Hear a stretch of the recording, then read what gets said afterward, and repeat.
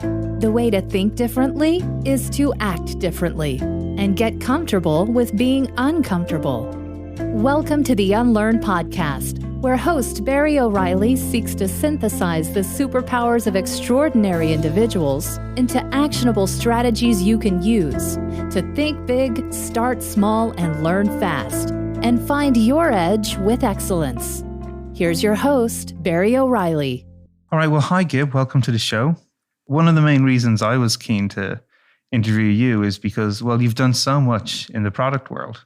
You've been involved in lots of interesting companies who've gone from various different journeys, from startups to scale-ups, taking companies public, building your own companies, selling them on. You've done so many different things in that space.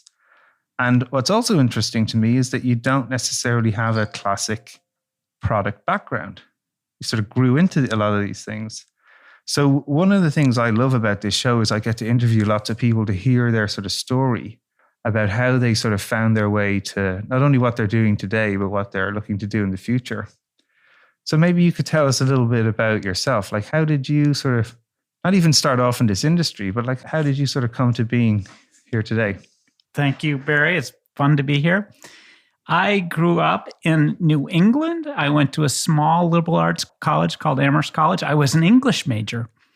I took a year off from there to run a sailing school all over the country. It's called J-World.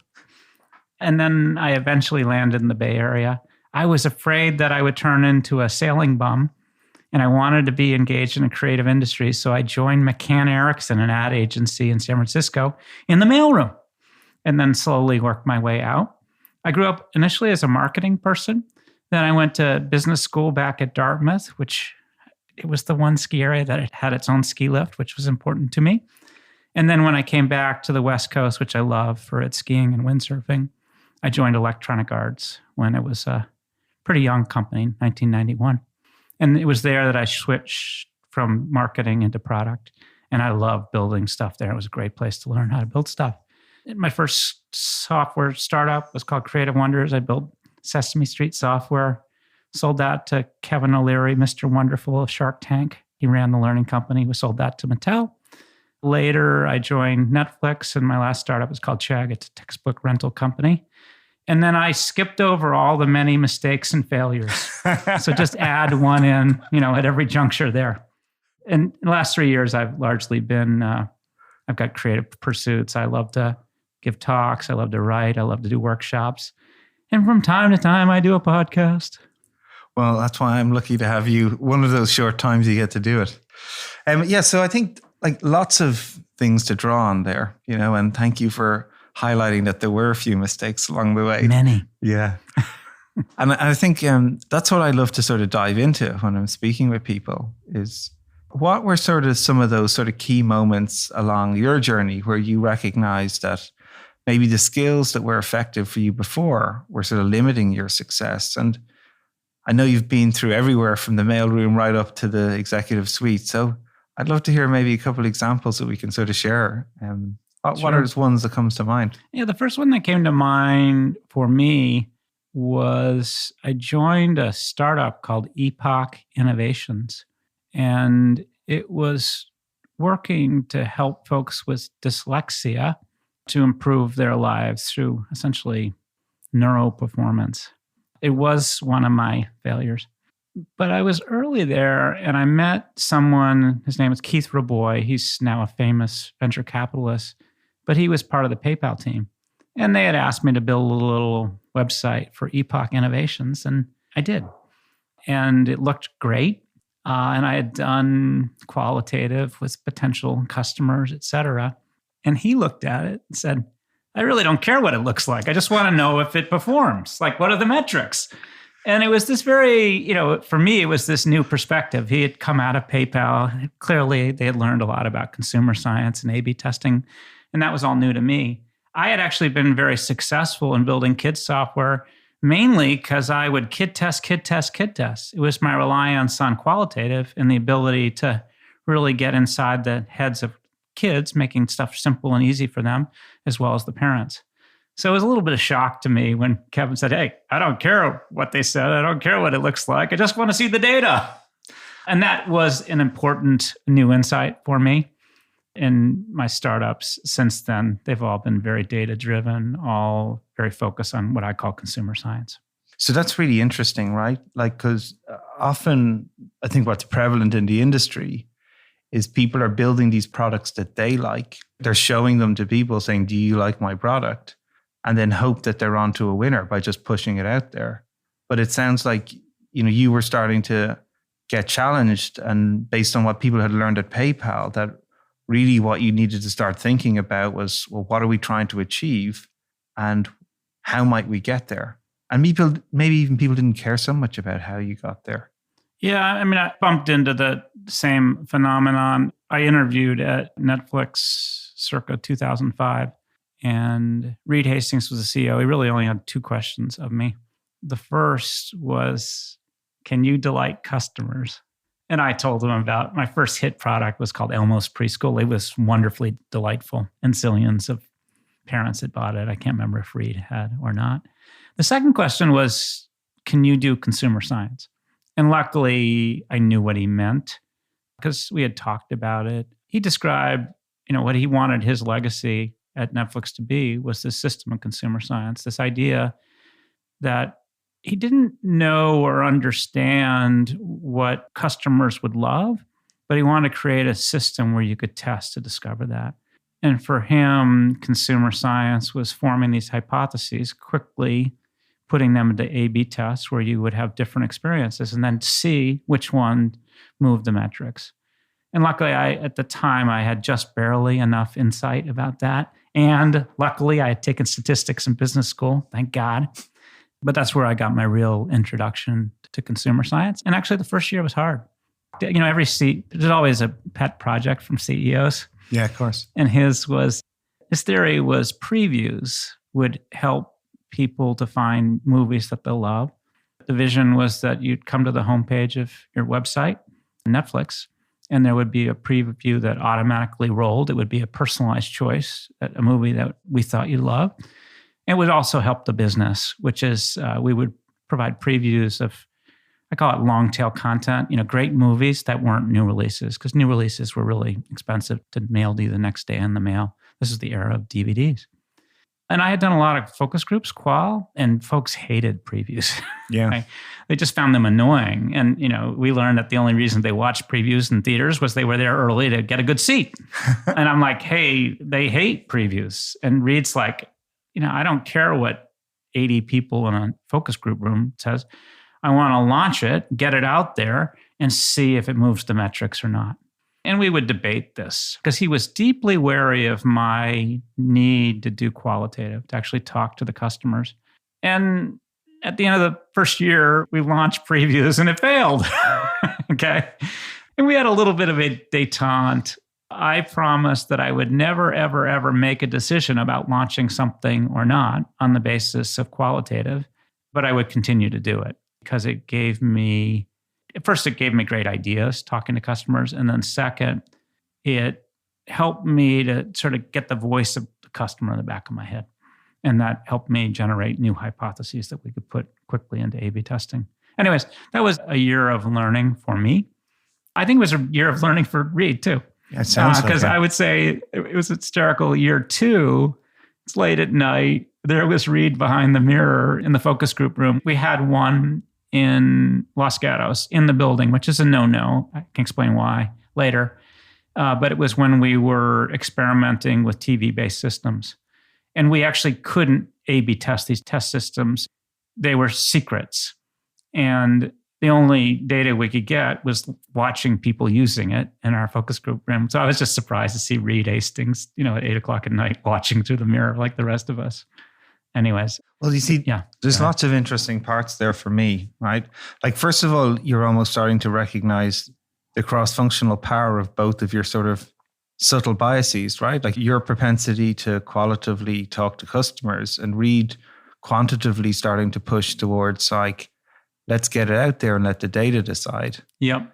So it becomes really interesting to me when, we're talking about these sort of systems that people have in place to help them make tough decisions. Yep. Right. And getting good at describing what success is in measurable terms. Yeah. And then finding ways to explore how can you achieve that outcome that you've described in the quickest, safest, fastest manner. What's really interesting to me is we're sort of talking about a time where maybe technology wasn't super prevalent throughout Netflix. Like this sort of early feedback mechanism of the customer testing cycles, Reed being there, experiencing actually, getting a signal for how customers might respond to some of these new ideas you have in a very non-technical or technology-driven way. So when people hear data, that's what they often think, right? Yeah. But I'm interested that you're sort of already instituting this sort of system in a manual way. Well, so back then, let me further describe consumer science, or I call it customer obsession. It's the idea of putting the customer at the center of everything you do. And I have many tools and models that I've learned. My job is to delight customers in these hard to copy, margin enhancing ways. But the data that I seek, or if I'm trying to understand if an environment or a company is customer obsessed, I'm looking for a mix of existing data. Do they have the data that describes what customers are doing today? And also something that reflects on shareholder value. Like, is there some way of deriving revenue? I do look to see if they have qualitative, because I continue to believe that having the voice of the customer in your head is important. And I always get good ideas when I talk to customers. The other thing I look for is, do they have an A/B test system? Once they have a theory or a hypothesis that's derived from the existing data or via qualitative or survey data, can they quickly and easily put things into A/B tests? And then the last is, do they have a strategy? Do they have theories and hypotheses about how they will or hope to delight customers in these hard to copy, margin enhancing ways? The thing I've learned is metrics. Ways of measuring if you're succeeding or not is super important. At Netflix, at the end of the day, the metric, it was my job to improve retention. So the idea was, if your product was better, people would pay for it each and every month. Yeah, every month, right? Yeah, every month. When Netflix was born, 10% of its members would quit every month. Circa 2005, when I joined Netflix, about 4.5% of the members would quit every month. Today, 2% quit every month. And it's largely because there's no money in their bank account, or it's summer and maybe they shouldn't be binge watching strangers. So there's my top line metric. Then the key thing is developing these proxy metrics. So for instance, Brent Avery was the product leader for streaming. When we launched streaming January 2007 with 300 stinky titles, the proxy metric was what percentage of members watched at least 15 minutes in a month. And that 15 minutes came from the shortest episodic TV show, the smallest increment of value we could create. Great, yeah. When it launched, it was 5% of members watched at least 15 minutes a month. Today, I'm sure the metric's different. Netflix is probably looking at percentage of members that watch at least 600 minutes a month, whatever it is. And I'm sure that metric is probably somewhere in the 90s. Yeah. Anyways, that's an example of a proxy metric. Brent's job was just to move that proxy metric to develop theories and hypotheses in that area that would encourage more members to stream. And I'm just trying to give you a sense of how important the big dog metric, retention at Netflix, was. And for every one of the product leaders who worked for me, that they would each have a proxy metric that defined their success or failure. And I'm a good person, a nice person, but my joke is, I need you to move your proxy metric or I will kill you. And most of them understood the spirit of that, as I think that you do. Well, I think, it's one of the most interesting parts when we were discussing this. In so many organizations, first of all, the sort of big dog metric feels so abstract to most people, right? The fact in Netflix you have something that's quantifiable, right? And that you talk about rates or ratios of things, percentage improvements relative to where people are, right? They're really crisp, quantifiable outcomes, not only at the sort of system organizational level, but you're also creating that at the local level. So for the people who are contributing to the big dog metric, they have this proxy metric where they say, if I hit this, I believe it will impact your big dog metric or system level metric. So there's this great system of accountability that you're building into the company. which then also allows you to have control, but you're pushing command down to the people at the front line who may know the most about streaming, about whatever topic that you're trying to do. So this creates this amazing system of accountability, but also ties into your freedom and responsibility piece. I think that's so unique about Netflix, is pushing the command down to the lowest level for people to make good decisions because they have a system of accountability in place. Yeah, but you're correct that I could still do it today for each of the product leaders. Like, for instance, Todd Yellen was maniacally focused on personalization. The high-level theory was that a more personalized experience would improve retention. His metric was the percentage of new members who provided us with at least 50 ratings, 50, within their first 6 weeks with the service. And it surprises people. So think about that. Think back to the DVD era. What would be your guess on what percentage of members would rate at least 50 movies in their first 6 weeks? I'm saying low. Like, I'm thinking like less than 20. Yeah. So most people will guess 1 or 2, and you're substantially higher than they. Yeah. And the answer is that Todd drove that into the high 20s. It was like 28%.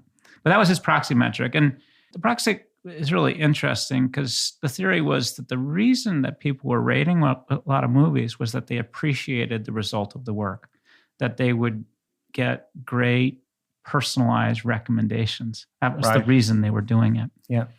And that proxy metric, what's beautiful about proxy metrics like that is, for Todd, it defined what success looked like. And then what he would do is create lots of theories and hypotheses about how to drive that metric north. He would do lots of A/B tests. That's how we got there. Actually, the key insight was something called the ratings wizard. It was a tab. It said movies and there was a little red heart. So movies you'll heart. And the designers called it fugly, which I think is a combination of funky and ugly. That's a design term, I'm sure. But you'd click on that and it'd say, hey, the more you rate, the more we'll help you to find movies you'll love. And people would go on these ratings jags and they would rate lots of movies. But, it was that invention that drove that proxy metric. And it was that invention and a lot of other tactics that gave Netflix lots of data about what movies people like and don't like. And at the end of the day, Netflix has now established that a more personalized experience does, in fact, improve retention. And it's a big part of Netflix's success today. I mean, today it's way cool because they can forecast. Today it's all about the original content. And Netflix has the taste data for 140 million worldwide members. So they can make guesses about, will folks watch this new original series or not? And that lets them decide how much to invest. So Netflix will guess that 10 million members will watch BoJack Horseman, which I love. And then they'll guess that 100 million people will watch Strangers, which I also love. But at the end of the day, they'll invest 10x in Stranger Things as opposed to BoJack Horseman, so they can right-size the investment. So that's an example of how Netflix delights customers. They help you find great stuff and hard to copy. The hard to copy thing is that personalization technology is really hard to build, and it's hard for somebody else to copy in margin-enhancing ways. And the margin-enhancing part today, it's largely about right-sizing that investment in original content. So anyways, it's way cool. Well, what is way cool about it is it seems to be this critical thinking, scientific approach that runs up and down every level of this company. Right? You're describing yourself as a product leader, describing outcomes, encouraging people to come up with options to get there, thinking big, starting small, experimenting with many options to find out what the winner is and move forward. But now we're thinking like the company is applying that to even the way it creates content. It has a hypothesis about shows that people might like. It uses its data to sort of create that hypothesis and right-size the type of experiment that they want to run. So why they obviously put 10 times more into Stranger Things versus another show is there's a confidence there. So it's really interesting for me to hear how this sort of system has sort of permeated the whole company of getting good at describing outcomes, options to get there, having good telemetry, feedback mechanisms to find out is it driving the results you want or not, and then making great investment decisions based on that. Yeah, you're right. I mean, that idea, that dream that Reed brought up in 2005 of consumer science, he described it in a very low ego way. He was sort of, hey, someone like Steve Jobs has an intuitive sense about what resonates with customers or not, but I don't. I'm just a geeky engineer. That's not quite Reed's voice, but but the consumer science, that system obviously lives on. And you're right. I mean, it's pretty cool. You wouldn't think intuitively that folks in LA who are tastemakers would be so reliant on data, but I think that they are. The one thing that Netflix has been clear about is, yes, they'll make informed decisions about how much to invest. They'll do a forecast of how many folks will watch something, but they are staying out of the way of the creatives, the folks that are creating Stranger Things. They're not trying to inform their storytelling. It's early days. I mean, I've seen some quotes from the LA content team that at the end of the day, it's kind of 30% data and 70% intuition and good luck. Maybe 10 years from now, that'll be a little bit different. I'm not sure. We'll see. Maybe. Yeah. So, this is really exciting to hear about these examples of customer science. But one of the things I'd love to probe a little bit more is some of the systems that you set up internally as a product leader at Netflix and other companies, obviously, after that, where, so much of management that I come up against is about telling people what to do, how to do it, what needs to be done. Their perception of leadership is command and control. Mm-hmm. Mm-hmm. And I think some of the really interesting things that have come out from Netflix, and not necessarily from just a product context, but also the engineering context, mm-hmm. is like really embracing chaos engineering, or understanding how to deliberately explore uncertainty. I'd love to hear some of your sort of learnings in that space as you started to solve problems maybe that were never had to be solved before, where you had such a mass of people coming to your product and understanding how to build things for them, and create teams that could figure that out for themselves. Yeah. So let's start with, inventing the future is really hard. Okay. I think some of my personal learning was one of the reasons I was very successful early in my career was that I was a highly effective manager. That meant I was really strong at hiring the right people, putting systems and process in place for people to build stuff, and then helping people to grow their careers. One day, Reed said to me that I was one of the best managers in the building, but he didn't say it as though it was a positive. It was like, huh. And so I'll tell you how I parsed it and how I changed a bit. One of the ideas at Netflix was context, not control. And so the meetings that were most appreciated are essentially strategy meetings. So the idea was that you sort of learn to over-communicate the strategy and what success looked like, the metrics that we were trying to hit. And then I did learn to embrace the chaos quite a bit more. At the end of the day, success relied on high cadence testing, the willingness to experiment with lots of ideas, some big, some small, in order to discover what works. I did invent something that became part of the Netflix culture. You use the phrase, part of the culture, the idea of freedom and responsibility, context, not control. One of the inventions was something called the quarterly strategy meeting. And that's when Reed, who had great insight about products, Neil Hunt, who was the chief technology officer, these guys were awesome and added heat, and they had insight from the startup of the company. We'd bring them into the room and all these product leaders. And the product leaders what happened in the meeting, it would happen once a quarter, it was usually a day long, was each of the product leader would talk about their theories and hypotheses, that the metrics that they were moving, their results and learnings, what worked and what didn't. And then we would discuss. And then they would also talk about the future hypotheses, the next things that they were going to test. And of course, there was plenty of success and lots of failure.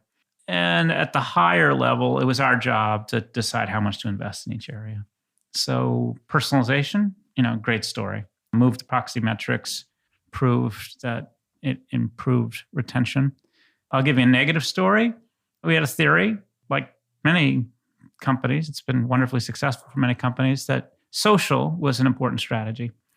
And the idea was that Netflix members would enjoy getting great movie ideas from their friends. Yeah. These friends would be connected with them in a network. You'd have a hard to copy network effect. You wouldn't leave Netflix because all your friends were there. That was the theory.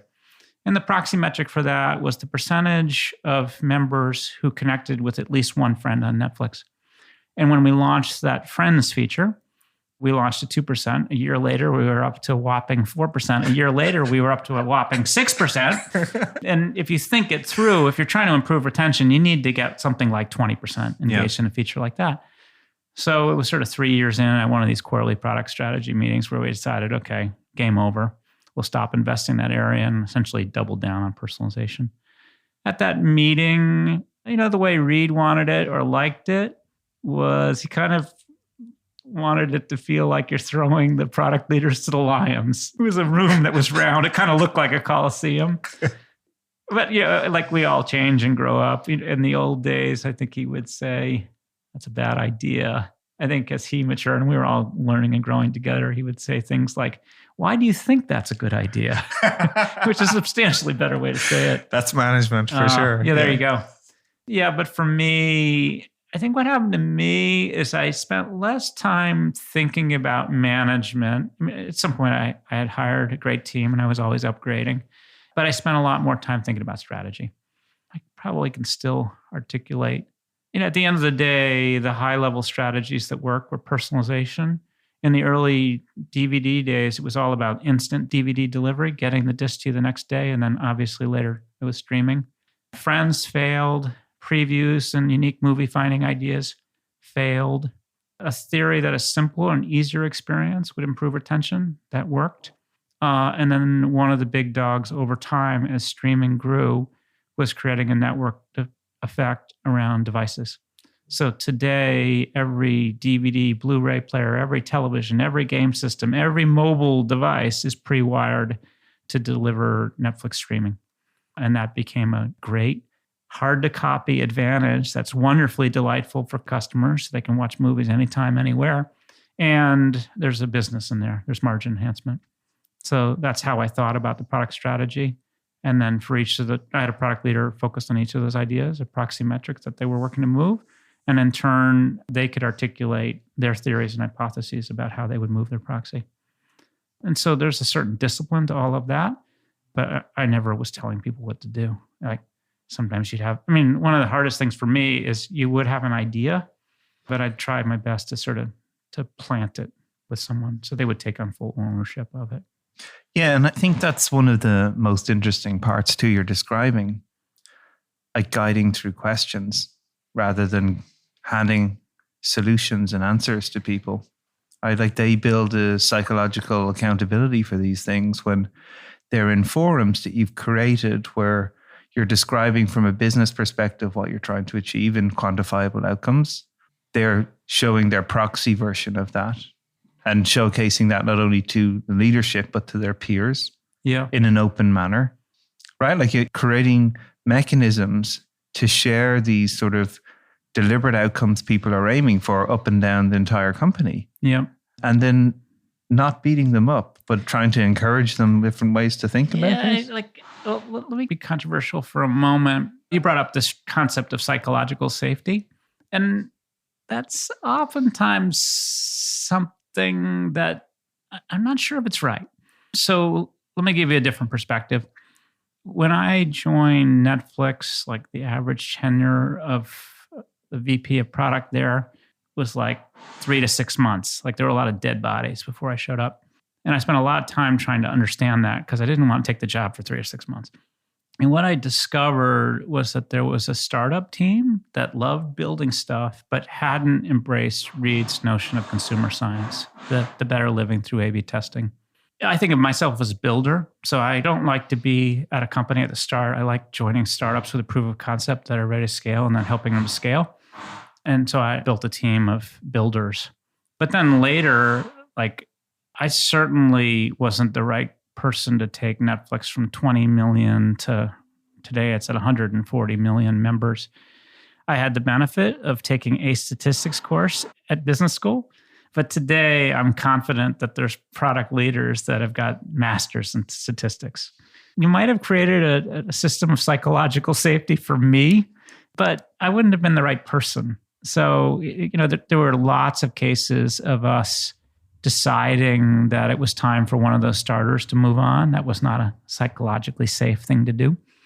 Yeah, I guess another thing I learned from Netflix is it's just awesome to be engaged with exceptionally bright, incredibly results-driven people who deliver the results. And often at different stages in companies, those are different people. Early stages, the starters are fundamentally different from the builders, and oftentimes the builders are different from the kind of people who, today, Netflix is a beyond pro team. It's actually a dream team. And so I would say that Netflix was not like a psychologically safe environment. There would often be contemplation about they called it the sniper in the building. Why is that person leaving? You even see it today. I mean, they've been public about some of the people they've let go. Anyways, I bring that all up in the spirit of questioning the idea of psychological safety. Is it always the right thing? Not sure. Nice. Yeah. Moving on from some of your experiences, we've talked lots of great stuff here about proxy metrics. I love your ideas of delighting customers in hard-to-copy, margin-enhancing ways, creating systems that you can rapidly experiment to see if you're achieving the outcomes you want, and how you started off really small by doing that qualitatively, sitting in rooms with customers, right up to the quantitative manners now that you sort of see with the way Netflix is informing the types of content it creates based on the data they're collecting. What are some of the other points that have sort of jumped out to you in your own career as you sort of move forward? And, now you're a teacher, you advise so many companies, you're very liberal with sharing your experiences with people through talks, workshops, and conferences that you go to now. It feels like you're sharing the lessons you've had to learn and unlearn as you go forward. What are some of the points that you think people should really think about? So for me personally, the reason I brought up the fact that I ran a sailing school and was a teacher early in my career was I knew then I loved to do it. And then I chose not to be a teacher. I had the insight that didn't pay that well, sadly. And then if you look at my career, I've bounced back and forth between doing good for the world in the context of teaching. So I built Sesame Street software and ran product for the Learning Company, but also doing things that paid better, like building bang, bang, shoot 'em up games for Electronic Arts or binge watching at Netflix. Or back to goodness, Chegg is a textbook rental and homework help company for college students. Anyways, there's a thread throughout that, which is I have always been teaching. So one of my hacks when I was working in all those companies, I always did something called topic de semaine, which is a joke. That's my bad French, but it means topic of the week. And every Friday morning at 9 or 10, I would talk about some new concept. So at Netflix, it would have been about consumer science or how to set up, evaluate an A/B test, or it might have been how to discover if you've got the right proxy metric. I would do that every Friday morning. And honestly, I didn't realize it until the last couple of years. That was one of the most effective tactics I had for learning stuff. So that Thursday night of actually having to codify my thoughts and then sharing with others was just an amazing way for me to learn. And I did that for 25 years. So now I'm in my last 3 years, I call it career hacking. So 3 years ago, I stopped working for direct deposit and I had multiple theories and hypotheses about what I would enjoy doing. Should I become a VC? No, it's a bad idea for me. Should I be a teacher? I've taught courses at Stanford. Should I not work? No, I would go crazy. But I had these multiple theories and hypotheses, and I just found ways to quickly experiment with them. I'll tell you where I've arrived. At some point, I realized that I just loved creative pursuit. And the creative pursuits are giving talks, doing workshops, writing. And then my joke is you can never do more than 3 things. So the 4th thing is podcasts, and I just don't have very much time for it. But I love doing those things. My purpose is largely around teaching. I would say it took me a year or 2 of experimenting to discover that's how I wanted to spend my time. And it's been awesome because I love learning new things. And the first talk I ever gave sucked. We could find it somewhere. But now I use NPS today as my proxy metric. I can't A/B test, but at the end of every talk I give, I bring up a QR code that takes them to a SurveyMonkey link, and I discover what my Net Promoter Score is, which I think is a good proxy for product quality. And I'm unsatisfied until it's above 70. I think my highest ever is 89. I'm proud of that. And I do the same thing at the end of every article I write. There's a Net Promoter survey, workshops. I can give 2 workshops in the course of a day, the morning one, and then I reflect on the data at lunch, and then the afternoon one will be better. So pro tip, always come to my afternoon workshops. Anyways, what I'm trying to point out is that building a career is a lot like building a product. You have theories and hypotheses, you have metrics, and you can test and learn and experiment your way to discover what works. And that's just been great fun for me in the last 3 years. The idea of always be teaching, because that's a good way to frame your thinking and to learn. And then I had one other idea that's been incredibly helpful to me. Like in reading your book, I understand the value of self-awareness. I just think that's incredibly hard. So I've always had a personal board of directors. It's a collection of peers, people I've worked with, and mentors, people who can see around corners because they've been there, done that. It changes radically depending on what I'm focused on. So in the last 3 years, I added Dan Olson to my board of directors. Dan had been giving talks and workshops for 3 years before I even thought about it, right? I mean, I had a neat conversation with you today about talks and writing books, et cetera, because you're like, I don't know, 5 or 10 years ahead of me on that. But this idea of personal board of directors that has real insight about the things that you're trying to explore and frankly care about you. I mean, that's the trickiest part. They have to care about you, and then they have to deliver the hard truths. They've got to be candid and care about you. Irv Grousbeck probably still is a professor of entrepreneurship at Stanford. He's a $1 a year professor because he invented the cable TV industry. He went to Little Amherst College, which is where I went to. And I sat in his office hours, and this is probably 3 or 4 years ago. I was debating whether I should become a CEO for a startup. And he's like, Gib, can I tell you something you may not like to hear? I'm like, oh shit, what? He said, I think you'd be a horrible startup CEO. You're too nice. And I swear to God, that guy saved me like 5 or 10 years of pain just with that insight because he cared about me and he was willing to be candid with me. So my last pro tip there is invest time and energy in building your personal board of directors that's comprised of both peers and mentors. Yeah, it's so interesting to hear that story, right? Because you're applying this to your life, everything. You know, this is a system of operation for you, and you're reaping so many benefits from it. It manifests in different subtle ways, like your personal board of directors. Again, it's like your outcome for what you want to achieve with your life, and they're acting as a proxy set of customers to help you make those decisions. They're giving you tough feedback, but from a point of view of they want you, your product, to be better. And it's helping you navigate uncertainty. Yeah, for sure. It is. I thought of one other hack. I took a vacation one week at Netflix. I came back, and Michael Rubin, he was a photographer. He had taken a photograph of me. It was sort of one of those classic leaning back in a chair looking. And he had made like 50 copies of them and then put a cartoon balloon. And while I was gone, my team had put Gibisms, little things that I would say often. And one of them that struck me was there in the little cartoon balloon was the phrase, treat me like I'm stupid, which I didn't realize until then that I use that tactic all the time. Like when I'm starting a new job or trying to learn a new industry, I just sort of start with treat me like I'm stupid. I mean, just daring to acknowledge that you're at the beginning of your learning curve and there is no stupid question. And I think the other thing I learned is I love learning new stuff. If you look at my career, I'll go 3 to 5 years at a company and then I'm on to the next thing. If you look at my athletic career, it wasn't enough just to learn to downhill ski. I had to learn how to skate ski and snowboard and telemark ski, et cetera. Just learning new stuff. And that sort of willingness to be really sucky at stuff in the beginning and just say, treat me like I'm stupid, and to acknowledge that you're at that point in the learning curve as long as you can has been super helpful to me.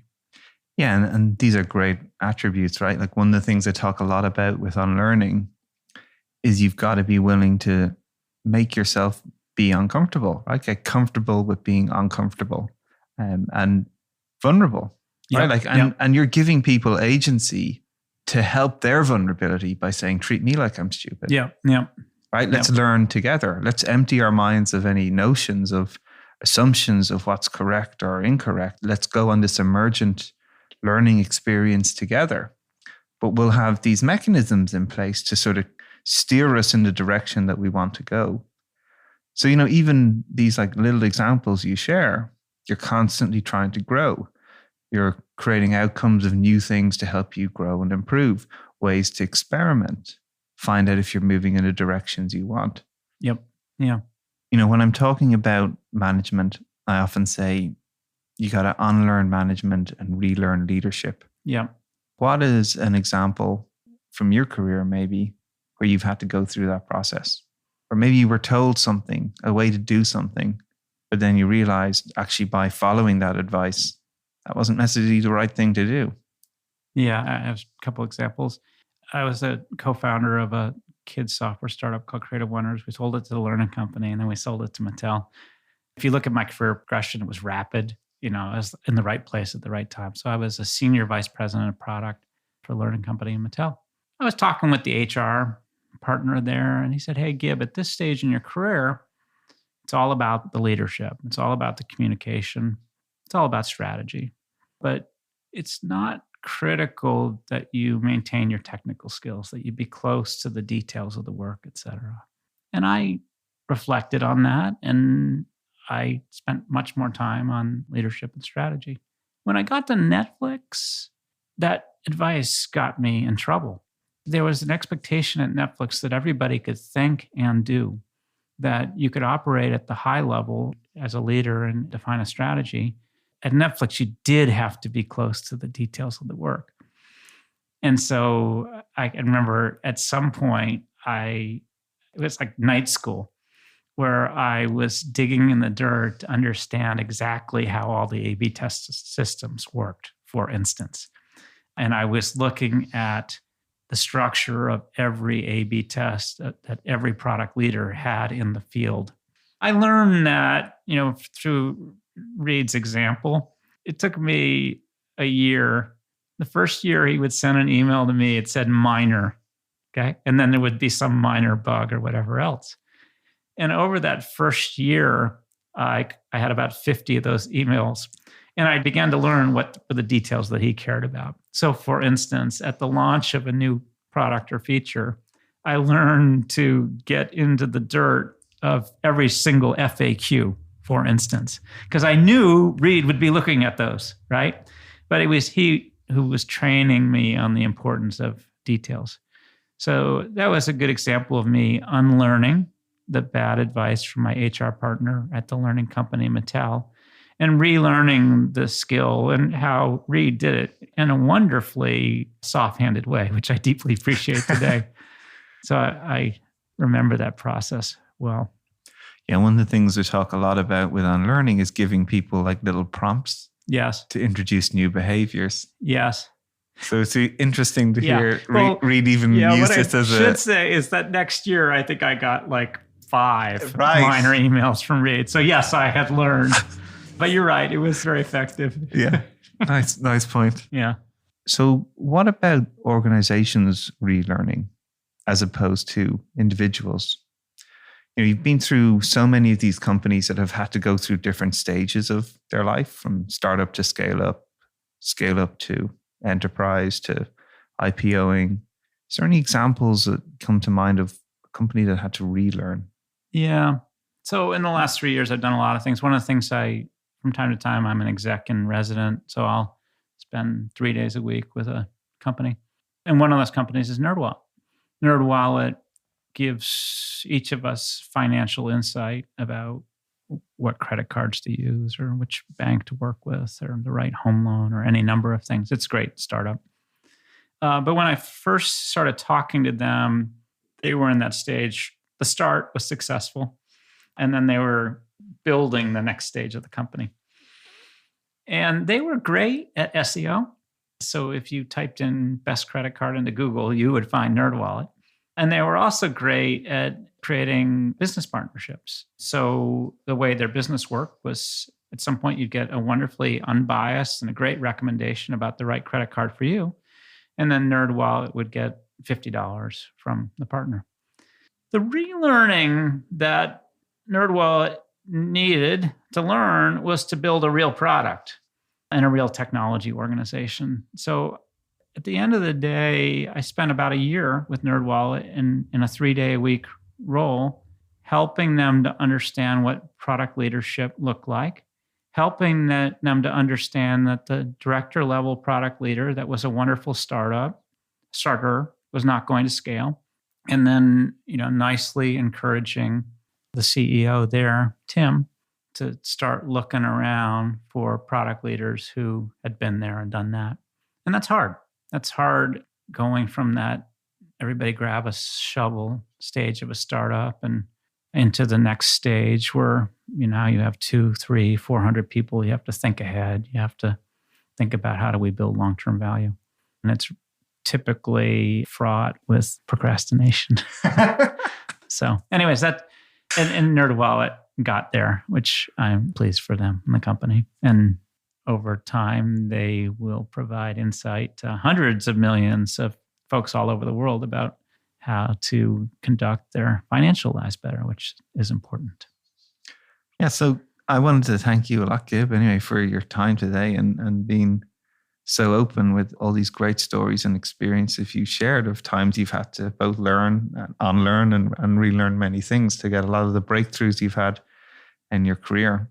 I think definitely one of the things I'm going to take away from spending time with you is to be so rigorous about gathering feedback from when I do things. It's inspiring to hear that you apply this system to everything that you do, whether it's your personal board of directors right through to every time you do a talk, soliciting some both qualitative and quantitative measures of what's worked and how things could be better. So thank you for prompting me to instill that discipline in more things that I do. You are very welcome, and I hope this conversation has been helpful to others. Another pro tip, you don't have to get an NPS survey for everything. I discovered it drives my wife crazy when I ask her to do a survey after dinner with me. So don't do that. Anyways, thanks so much for having me, Barry. Thanks a lot. Thank you for joining us for this episode of the Unlearn Podcast. Help us get the word out and make this podcast a success by subscribing and leaving a review.